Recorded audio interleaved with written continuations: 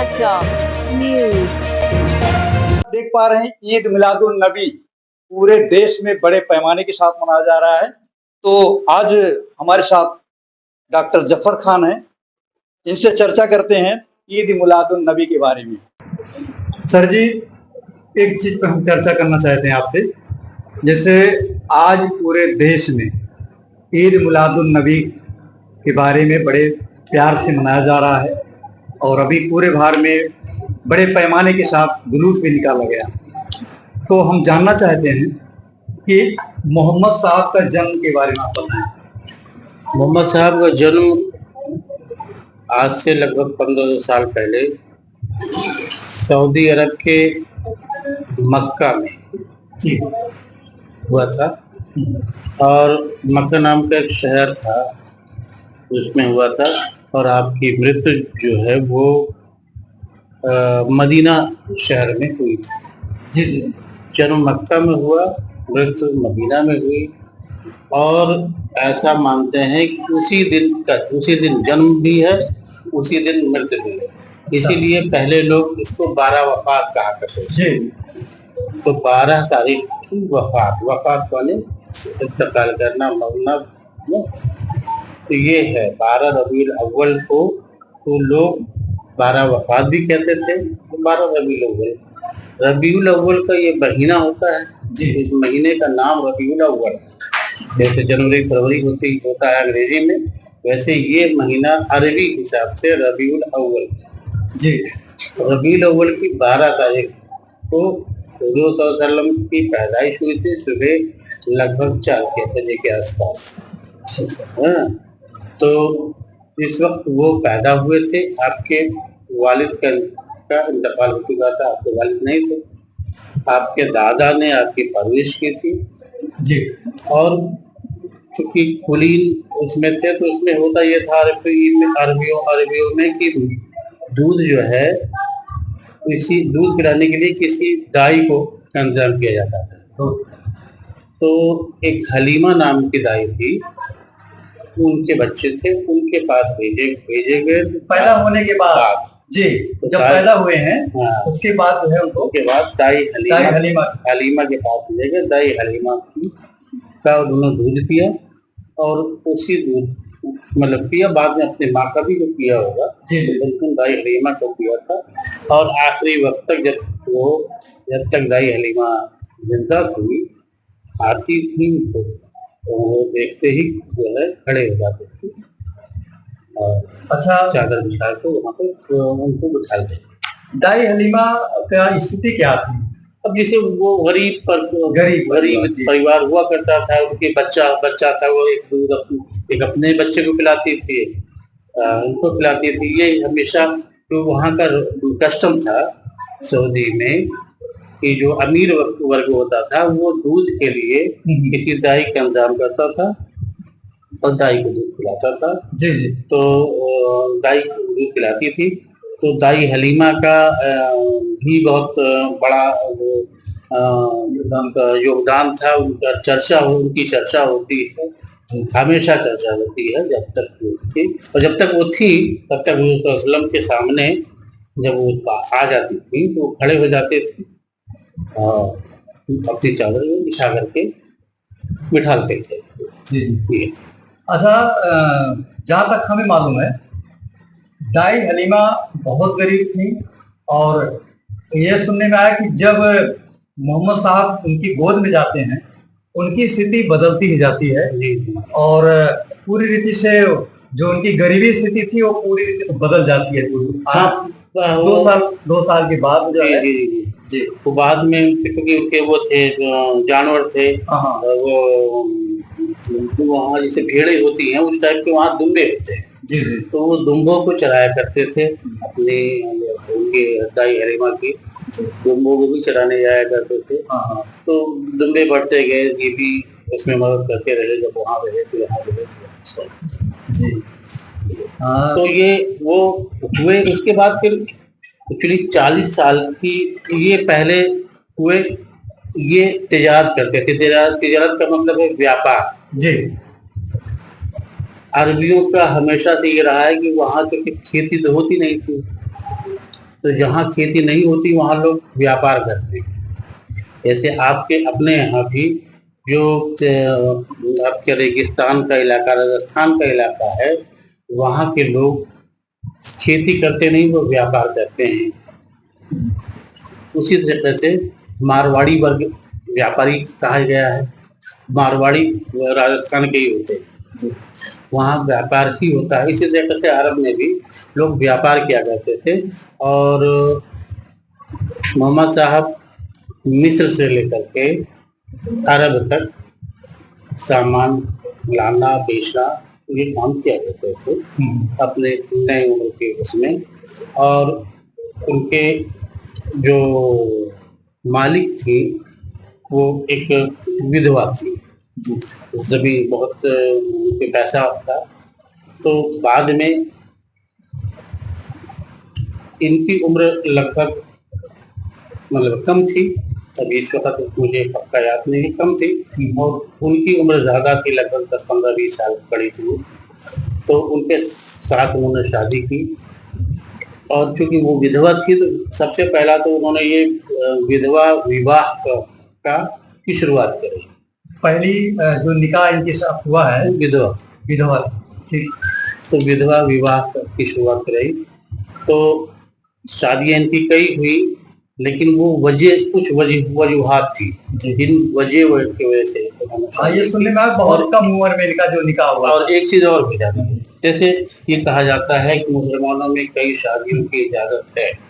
ऐसा था कि वो उस वक्त में जब जरूरत जिस टाइप से पड़ी तो लोगों को बताया गया नहीं करो। जैसे जंग हुई, जंग में तमाम लोग मर गए, शहीद हो गए, उनकी औरतें बेवा हो गई, बच्चे अनाथ हो गए। तो ये हुआ कि उन्होंने हुजूर सल्लल्लाहु अलैहि वसल्लम ने कहा कि तुम ऐसा करो कि तुम शादी कर लो, तुम 4 लोगों के साथ शादी कर लो, तो वो बच्चे भी पल जाएंगे और वो भी पल जाएंगे। फितरा भी इसी तरीके से है। फितरा जो है ये वो ईद उल फित्र जो ईद होती है, ईद 2 तरह की होती है, एक ईद उल फित्र होती है, एक ईद उल अजहा होती है। ईद उल फित्र में लोगों का जो साहिब निसाब होते हैं, अमीरी रेखा गरीबी रेखा उस जमाने में तो मैंने तय कर दी थी कि इतने पैसे होंगे तो ये अमीर होंगे, इससे कम होगा तो वो गरीब होगा। तो जो अमीरी रेखा में है उसको हर अपने फर्द के बदले में 2 किलो गेहूं या उसके बराबर का कोई सामान तो लोगों को दान करो। ऐसे लोगों को दान करो जिसके पास नहीं है, जो गरीबी रेखा के नीचे।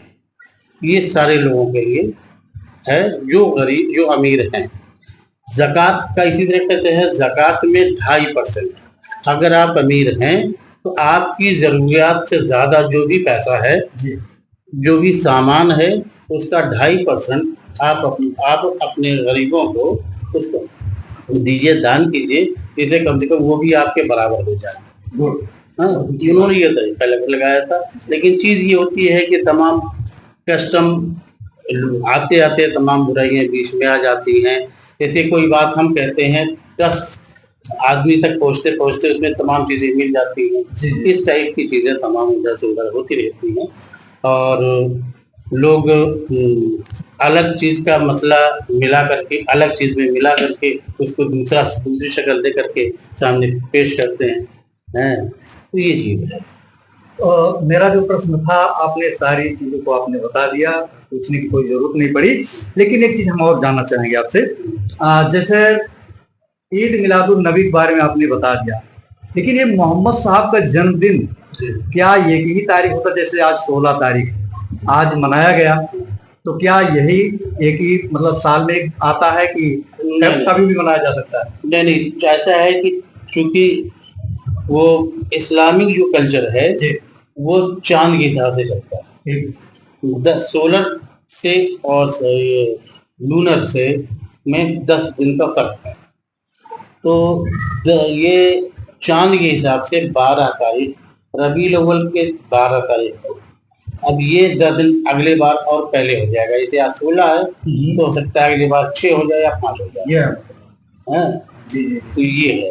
तो ये सोलर सिस्टम में से और लूनर सिस्टम में 10 दिन का अंतर होता है, जिससे ये पक्क हो जाता है। एक चीज और होता है, इसमें छूट रहा है, जैसे मोहम्मद साहब का जब जन्म हुआ तो कुछ समय के बाद बच्चों का खतना होता है जी। तो क्या मोहम्मद साहब का खतना हुआ था या कि नहीं? अब वो हम सही चीज नहीं बताएंगे, उन्होंने किया कराया रहा होगा, क्योंकि वो सुन्नत कही गई है। सुन्नत किसी को कहते हैं, वैसे सुन्नत ये है हमारे यहाँ, ये नहीं कि मोहम्मद साहब का ही आप एक चीज हो जाएगी।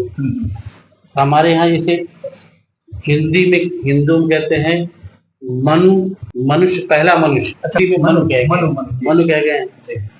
तो इस्लाम में या मुसलमानों में आदम कहे गए। आदम पहला मनुष्य, और अंग्रेजी में एडम का है ना, एडम का, एडम एंड ईव, और अरबी में आदम और हव्वा। समझ रहे हैं ना?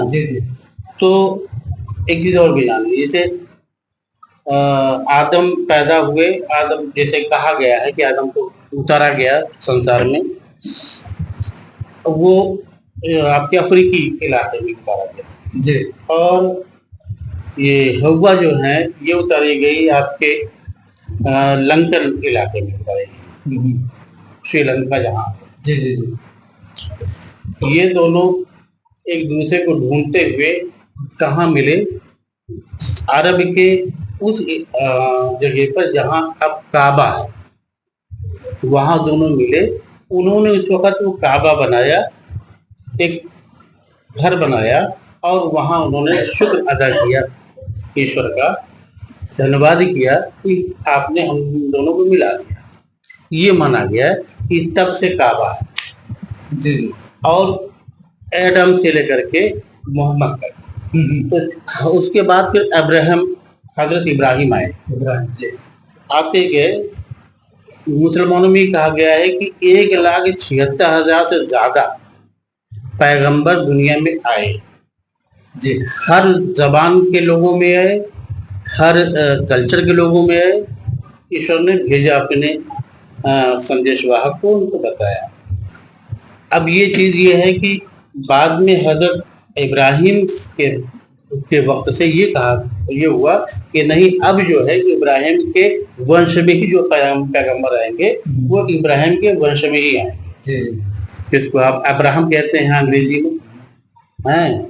उनके साहबजादे थे हजरत इस्माइल, इस्माइल कहते हैं शायद आप लोग उसमें अंग्रेजी में कुछ ऐसे ही। इसहाक थे, इजाक कहे जाते हैं। यूसुफ थे, जिसको यूहन्ना कहते हैं, जिसको यूहन्ना कहते हैं। तो ये सब उन्हीं के वंशावली, इसीलिए ये आप ईसा अलैहिस्सलाम ये भी उसी में से।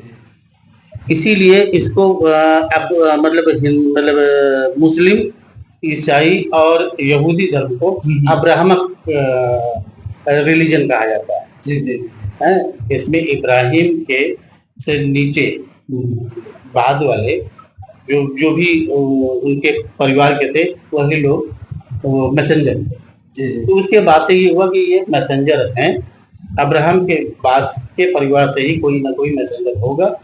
और मुस्लिम थिंकिंग में, इस्लामिक थिंकिंग में ये है कि Mohammed is the last messenger of the God,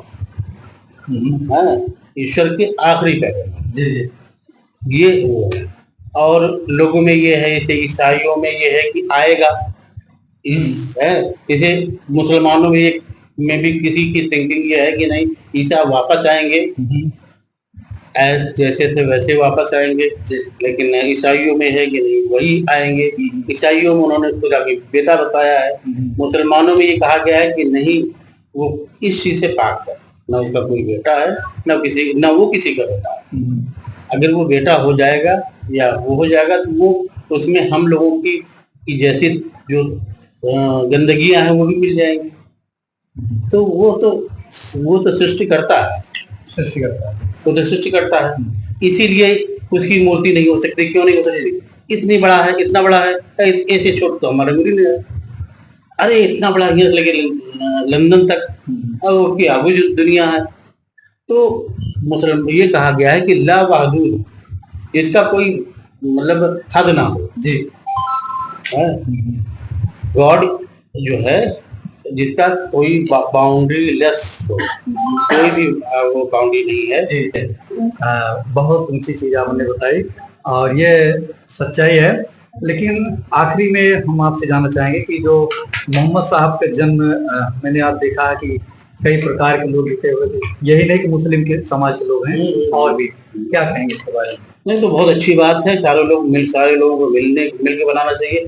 इसके बारे में एक मतलब जो मुसलमानों में वो है कि वो रहमतुल लिल आलमीन है, वरने की तमाम आलम पे, तमाम दुनिया पे, तमाम संसार के ऊपर रहमत बन के आए हैं, बस यही चीज है। देखिए मुसलमानों में मस्जिदों में ये नहीं है, जो आगे बैठा है वो आगे बैठा है। अब चाहे वो राजा हुआ, चाहे रंग हुआ, चाहे उनके यहाँ काम करे वाला मित्र हुआ, आगे बैठा है तो अगर राजो आएंगे तो का ना हटाए बैठे, वो पीछे बैठे, या वो के बगल जगह है उसमें बैठे, तो का हटाए नहीं बैठ सकते, यहाँ बैठे। केवल और केवल जो इमाम है उसकी जगह मुकर्रर है, जो नमाज पढ़ाता है, यहाँ आपको यहाँ पढ़ाना है। इसके अलावा बाकी जो भी है, चाहे वो राजा हो चाहे रंग हो, वो एक ही उस पर रहते हैं। जिसका बहुत पहले से एक शेर आपने सुना होगा, एक ही सफ में खड़े हो गए महमूद वयाज, न कोई बंदा रहा और न कोई बंदा नवाज। जी जी, यही है मोहम्मद साहब का ये मेन संदेश रहा कि लोग उन सब से प्यार करते हैं। सामाजिक रहो जी, समाज से जुड़े रहो, समाज के साथ रहो, क्योंकि अच्छे बुरे हर समाज में लोग होते हैं, हर सोसाइटी में। किसी खास न तो धर्म में होते हैं न खास जाति में होते हैं, अच्छे बुरे हर जगह होते हैं। और उसी तरीके से अब मुसलमानों में भी अच्छे बुरे हैं, अच्छे भी हैं बुरे भी हैं। उसका सोचने समझने का ढंग अलग है, उनका अलग है, आपका अलग है, उनका अलग है, उनका अलग है, सबका अलग अलग होता है। यही जी। तो बस मेन चीज है सामाजिक समरसता, ये होना चाहिए, जो मोहम्मद साहब का संदेश ही रहा है कि सामाजिक समरसता होनी चाहिए। गरीब और अमीर का कोई मसला नहीं होना चाहिए। गरीब अगर परेशान हाल है तो अमीर को उसकी मदद करनी चाहिए। क्या कितना सहमत हैं आप? पूरी तरह से सहमत। एक बार अपना नाम बता दीजिए। मोहम्मद आरिफ खान। ओके, तो आप देख रहे हैं यहाँ पे जो ये चर्चाएं हुई हैं, खासतौर से ईद मिलादुन नबी के बारे में और मोहम्मद साहब का जन्म से लेकर के और जब उनका पहला निकाह हुआ, ये सारी बातों को आप देख रहे हैं और आप समझ पा रहे हैं कि सच्चाई क्या है। बहुत से लोग बहुत प्रकार की बातें करते हैं, लेकिन डॉक्टर साहब ने जो कुछ बताया है आपके सामने है। अपना कमेंट जरूर हमें दें। कैमरामैन संतराम पुरी के साथ मैं सुरेश कुमार, बहुत बहुत धन्यवाद।